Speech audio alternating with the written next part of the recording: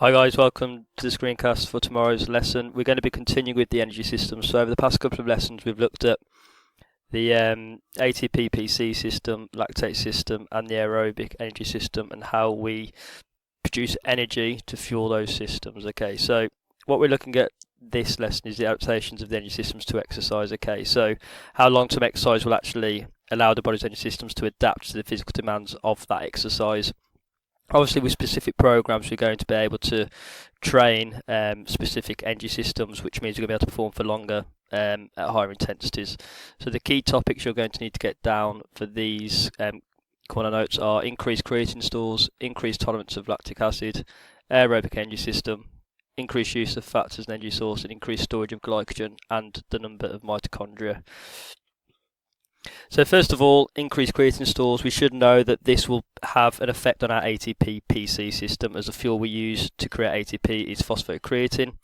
And as we should know, with regards to people who go to the gym, they take creatine supplements to try and improve their performance with regards to power and high intensity work. So with short duration interval training sessions using high intensity exercises, you'll help improve your ability to produce anaerobic energy. So your body will adapt to be able to store more creatine in the muscle, which means it's going to improve the ATP-PC system, means you're going to be able to exercise anaerobically for longer using fast and powerful movements.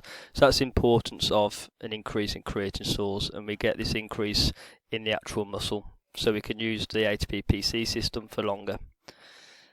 Okay, next one is going to be increased tolerance to lactic acid. So anaerobic training will stimulate the muscles to become better able to tolerate lactic acid and to clear it easier or more efficiently as well, so removing that waste product that we produce during exercise.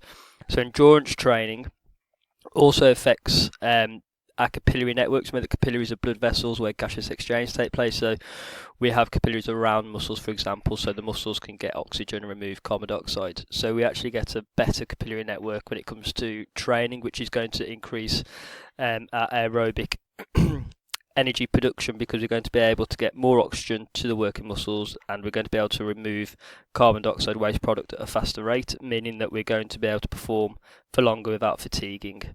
Okay, so the net result of an increase in tolerance to lactic acid is the fact that we get an increase in the body's maximal oxygen consumption, which you'll know as VO2 max.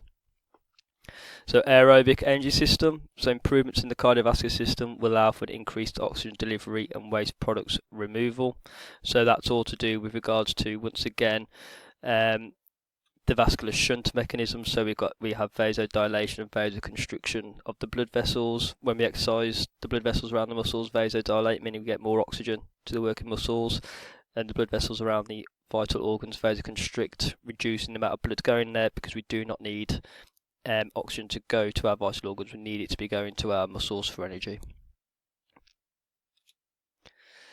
Increased use of fats as an energy source. So fat is the primary energy source for low intensity exercise, i.e. sub-maximal exercise such as marathon running. During long prolonged periods of time within a marathon, you'll be using your aerobic energy system, and the main energy source will be the fats that we use. So we get an increased use of fats when it comes to training as well. So fat oxidation will also increase if exercise extends to long durations, as I've just said, and trained athletes will burn fats more readily as a fuel than non-trained individuals. This is important because this means that we're keeping the glycogen stores that we have available when it comes to using our lactate system. So when it comes to kind of higher intensity works that lasts approximately 3 minutes, i.e.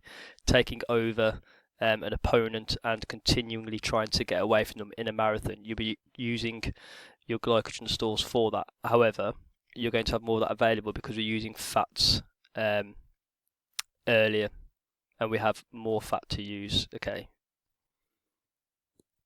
and then finally we're going to also, on the adaptations, we're going to get increased storage of glycogen and increased number of mitochondria. So in regards to mitochondria, the muscles will increase the number of mitochondria contained within them, and therefore improve their oxidative capacity.